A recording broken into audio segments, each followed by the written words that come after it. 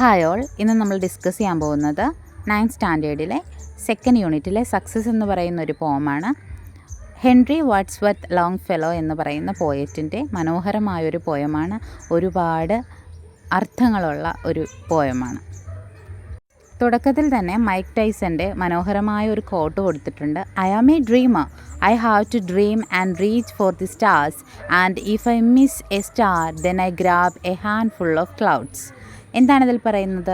I am a dreamer, ഞാൻ ഒരുപാട് സ്വപ്നം കാണുന്ന ഒരാളാണ്. I have to dream and reach for the stars, ഞാൻ എന്താണ് സ്വപ്നം കാണുന്നത്?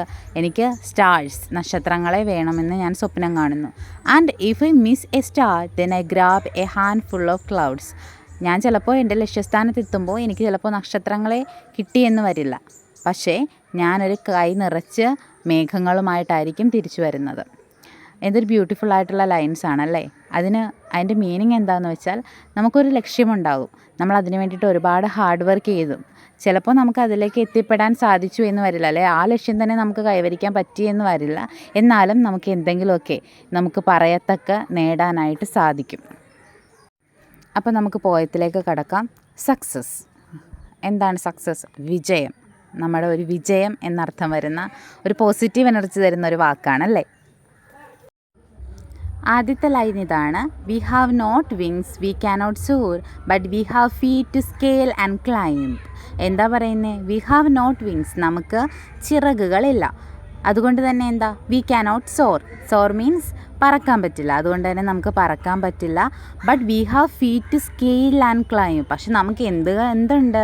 കാലുകളുണ്ട്, അതുകൊണ്ട് അതുപയോഗിച്ച് നമുക്ക് അളന്ന് മുറിച്ച് മുന്നിലേക്ക് കയറാനായിട്ട് സാധിക്കും, മുകളിലേക്ക് കയറാനായിട്ട് സാധിക്കും. അപ്പോൾ ആദ്യത്തെ ലൈൻ അതാ പറയുന്നത്, നമുക്ക് ചിറകുകളില്ല, അതുകൊണ്ട് തന്നെ നമുക്ക് പറക്കാനായി സാധിക്കുകയില്ല, പക്ഷെ നമുക്ക് കാലുകളുണ്ട്, അതുപയോഗിച്ച് നമുക്ക് ഒരുപാട് ഉയരങ്ങളിലേക്ക് എത്താനായിട്ട് സാധിക്കും. By slow degrees by more and more. എപ്പോഴാണ്? നമുക്ക് വളരെ പെട്ടെന്ന് മുകളിലേക്ക് എത്താൻ പറ്റുമോ? ഇല്ല. സ്ലോ ഡിഗ്രീസ്, വളരെ പതിയെ ഓരോ ഘട്ടങ്ങളും കീഴടക്കി ഒരുപാട് ഉയരങ്ങൾ കീഴടക്കാനായിട്ട് നമുക്ക് സാധിക്കും. The cloudy summits of our time, അതായത് മേഘാവൃതമായി കിടക്കുന്ന നമ്മുടെ സമയത്ത്, അതായത് നമ്മുടെ ജീവിതത്തിലെ കഷ്ടപ്പാടുകളും ബുദ്ധിമുട്ടുകളും ഒക്കെ അനുഭവിക്കുന്ന ആ ഒരു സമയത്ത്. ഇവിടെ മേഘാവൃതമായ സമയം എന്ന് പറയുന്നത് കഷ്ടപ്പാടുകളും ബുദ്ധിമുട്ടുകളും നമ്മൾ അനുഭവിക്കുന്ന സമയത്ത് നമ്മൾ മുന്നോട്ടെത്തണം, അല്ലെങ്കിൽ ഒരു ലക്ഷ്യത്തിലേക്ക് എത്തണമെന്ന് പറഞ്ഞ് നമ്മൾ ഓരോ സ്റ്റെപ്പ് വെച്ചാൽ പതിയെയാണെങ്കിലും നമുക്ക് നമ്മുടെ ലക്ഷ്യത്തിലേക്ക് എത്താനായിട്ട് സാധിക്കും. നമുക്ക് എന്തുണ്ട്? ചിറകുകളില്ലെങ്കിലും നമുക്ക് കാലുകളുണ്ട്. അടുത്ത സ്റ്റാൻസ പറയുന്നത്: the mighty pyramids of stone that wedge like cleave the desert airs when nearer seen the better known are but gigantic flights of stairs. ഈ സ്റ്റാൻസയിൽ ആദ്യത്തെ ലൈൻ പറയുന്നത് the mighty pyramids of stone, വളരെ ശക്തമായ കല്ലുകൾ കൊണ്ട് നിർമ്മിച്ച ഒരു വലിയ പടുകൂറ്റൻ പിരമിഡ്സ്, നമ്മൾ ആ ചിത്രത്തിൽ കാണുന്നത് പോലെ. That weds like cleave the desert airs, അതെങ്ങനെയാണ് നിൽക്കുന്നത്? അതിൻ്റെ മുകൾ ഭാഗം ഇങ്ങനെ കൂർത്താണ് നിൽക്കുന്നത് അല്ലേ പിരമിഡ്സിൻ്റെ. എന്തിന് വരെ അതിനെ കൊണ്ട് സാധിക്കും? അതിന് നമ്മളുടെ മരുഭൂമിയിലെ കാറ്റിനെ വരെ പിളർക്കാനായിട്ട് സാധിക്കും. കാരണം അതെങ്ങനെയാണ് നിൽക്കുന്നത്?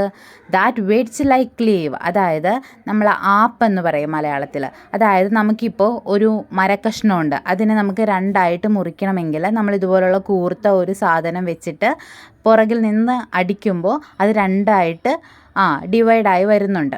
അപ്പോൾ അതുപോലെ ഇങ്ങനെ കൂർത്ത് നിൽക്കുന്ന ഈ പിരമിഡിന് മരുഭൂമിയിലെ കാറ്റിനെ വരെ പിളർക്കാനുള്ള ഒരു ശക്തിയുണ്ട്. When nearer seen and better known are but gigantic flights of stairs. നമ്മൾ ദൂരെ നിന്ന് നോക്കുമ്പോൾ നമുക്ക് ഇങ്ങനെയൊക്കെ തോന്നും, വലിയൊരു പടുകൂറ്റൻ പിരമിഡാണ്. പക്ഷേ അടുത്തറിയുമ്പോഴാണ് നമുക്ക് എന്ത് മനസ്സിലാകുന്നത്? ആ പിരമിഡിൻ്റെ ഓരോ ഭാഗവും സ്റ്റെയേഴ്സാണ്, അല്ലെങ്കിൽ അത് ഓരോന്നും സ്റ്റെപ്സാണ്. ആ ചിത്രത്തിൽ നിങ്ങൾക്ക് കാണാം, ഒരാൾ അതിലൂടെ കടന്നു പോകുന്നത്, കയറി മുകളിലേക്ക് പോകുന്നത്. അപ്പോൾ എന്ത് കാര്യങ്ങളാകട്ടെ നമ്മൾ അതിൽ നിന്ന് മനസ്സിലാക്കേണ്ടത്, ഇവിടെ പിരമിഡ്സ് എന്നതുകൊണ്ട് ഉദ്ദേശിക്കുന്നത് സക്സസ്സിനെയാണ്. സക്സസ് നമുക്ക് തോന്നും, അയ്യോ അത് എന്തോ വലുതാണ്, അല്ലെങ്കിൽ നമുക്ക് എത്തിപ്പെടാൻ പറ്റില്ല എന്ന് നമുക്ക് തോന്നും. പക്ഷേ അങ്ങനെയല്ല, നമ്മൾ അതിനെ അടുത്തറിയുമ്പോൾ, അല്ലെങ്കിൽ അതിനുവേണ്ടി ഹാർഡ് വർക്ക് ചെയ്ത് അതിൻ്റെ അടുത്തെത്തുമ്പോഴാണ് നമുക്ക് മനസ്സിലാകുന്നത് ഓരോ ഒബ്സ്റ്റക്കിൾസും, അല്ലെങ്കിൽ നമ്മുടെ മുന്നിലുള്ള നമ്മുടെ മുന്നിലുള്ള ഓരോ തടസ്സങ്ങളും നമുക്ക് മുന്നിലേക്ക് എത്താനുള്ള അല്ലെങ്കിൽ മുകളിലേക്ക് അല്ലെങ്കിൽ നമ്മുടെ ലക്ഷ്യസ്ഥാനത്തേക്ക് എത്താനുള്ള ഓരോ ചവിട്ടുപടികളാണ്. അടുത്ത സ്റ്റാൻസയിലേക്ക് കടക്കാം. The distant mountains that appear their solid bastions of the skies are crossed by pathways that appear as we to higher levels rise. അതായത് ദ ഡിസ്റ്റന്റ് മൗണ്ടെയിൻസ് എന്ന് വെച്ചാൽ വലിയ പർവ്വതനിരകൾ അല്ലെങ്കിൽ വലിയ മലകൾ. That appear their solid bastions of the sky, bastions ആയിട്ട് നിൽക്കുന്നു, കോട്ടകളായിട്ട് നിൽക്കുന്നു.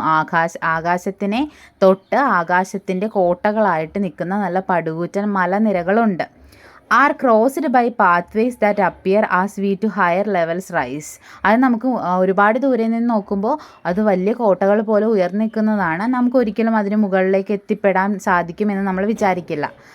പക്ഷേ എന്താണ്, are crossed by pathways that appear as we to higher levels rise. പക്ഷേ നമ്മൾ അതിനടുത്തേക്ക് ചെന്ന് നോക്കുമ്പോൾ അല്ലെങ്കിൽ അതിൽ കയറണമെന്ന് ആത്മാർത്ഥമായി ആഗ്രഹിച്ച് ചെന്ന് നോക്കുമ്പോൾ എന്താണ്, അതിൽ പാത്വേസ് ഉണ്ടാകും, അതിൽ വഴികളുണ്ടാകും, അല്ലെങ്കിൽ നമുക്ക് മുന്നേ കയറിപ്പോയവരുടെ കാൽപ്പാടുകളും നമുക്ക് കാണാനായിട്ട് സാധിക്കും. അതായത് ഇവിടെ ഡിസ്റ്റൻറ്റ് മൗണ്ടെയിൻസ് അല്ലെങ്കിൽ പിരമിഡ്സ് എന്നൊക്കെ പറയുന്നത് സക്സസ്സിനെയാണ്.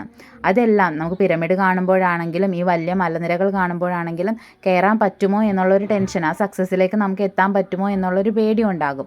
പക്ഷേ നമ്മൾ അതിനടുത്തേക്ക് ചെന്ന് നോക്കുമ്പോൾ ഹാർഡ് വർക്ക് ചെയ്ത് അതിലേക്ക് എത്താറാകുമ്പോഴാണ് നമുക്ക് മനസ്സിലാകുന്നത് അത് ഈസിയാണ്, നമുക്ക് കടന്നു പോകാനുള്ള അല്ലെങ്കിൽ കയറി മുകളിലേക്ക് എത്താനുള്ള പടികളാണെന്ന് നമുക്ക് മനസ്സിലാകും.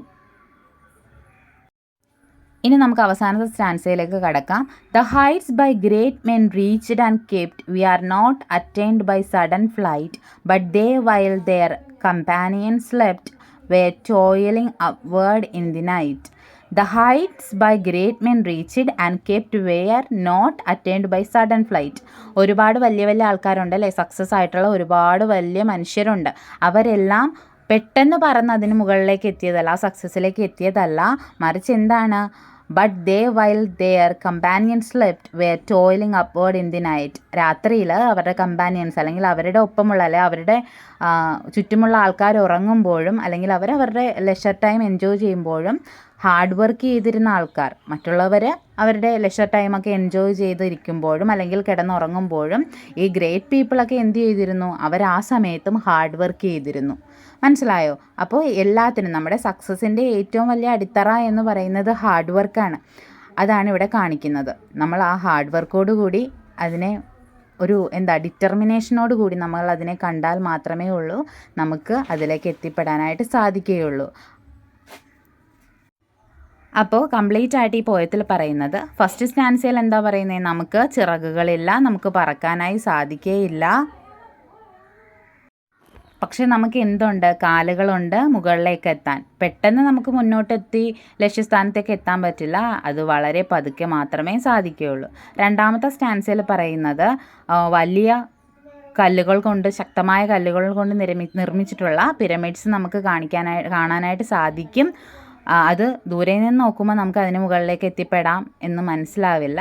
അടുത്ത് ചെന്ന് നോക്കുമ്പോഴാണ് അതിലുള്ള ഓരോന്നും നമുക്ക് മുകളിലേക്ക് എത്താനുള്ള സ്റ്റെയേഴ്സ് ആണെന്ന് മനസ്സിലാകുന്നത്. മൂന്നാമത്തെ സ്റ്റാൻസയിൽ പറയുന്നത് നമുക്ക് മുന്നിലൊരു ആകാശത്തിലൊരു കോട്ട പോലെ നിൽക്കുന്ന വലിയ പർവ്വതനിരകളുണ്ടാകും.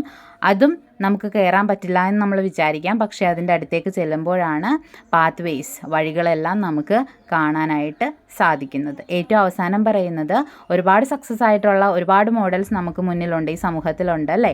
അവരെല്ലാം ഒറ്റയടിക്ക് പറന്ന് ആ സക്സസ്സിൽ എത്തിയതല്ല, അവരുടെ ഹാർഡ് വർക്കും പെർസിവറൻസും അല്ലെങ്കിൽ അവരുടെ ഒരു ഡിറ്റർമിനേഷനും ഒക്കെ കൊണ്ടാണ് അവരവിടെ എത്തിച്ചേർന്നിരിക്കുന്നത്. അപ്പോൾ ഇതൊരു ബ്യൂട്ടിഫുൾ ആയിട്ടുള്ളൊരു പോയമാണ്.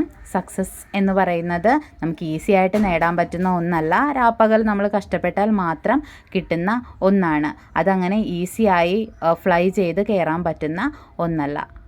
നമ്മൾ ഒരിക്കലും എത്തിച്ചേരാൻ പറ്റില്ല എന്ന് വിചാരിക്കരുത്. നമ്മൾ അതിനെ കൂടുതൽ അടുത്തറിയുമ്പോൾ അല്ലെങ്കിൽ അതിനു വേണ്ടി കൂടുതൽ ഹാർഡ് വർക്ക് ചെയ്യുമ്പോഴാണ് അതിലേക്ക് നമുക്ക് എത്താനായിട്ട് സാധിക്കുന്നത്. അപ്പോൾ സക്സസ് എന്താണ് അല്ലെങ്കിൽ സക്സസ്സിലേക്ക് എങ്ങനെ എത്തിച്ചേരാം എന്നതിൻ്റെ വളരെ ബ്യൂട്ടിഫുൾ ആയിട്ടുള്ള ഒരു പോയമാണ് ഹെൻറി വാഡ്സ്വർത്ത് ലോങ്ഫെലോയുടെ സക്സസ്. Thank you.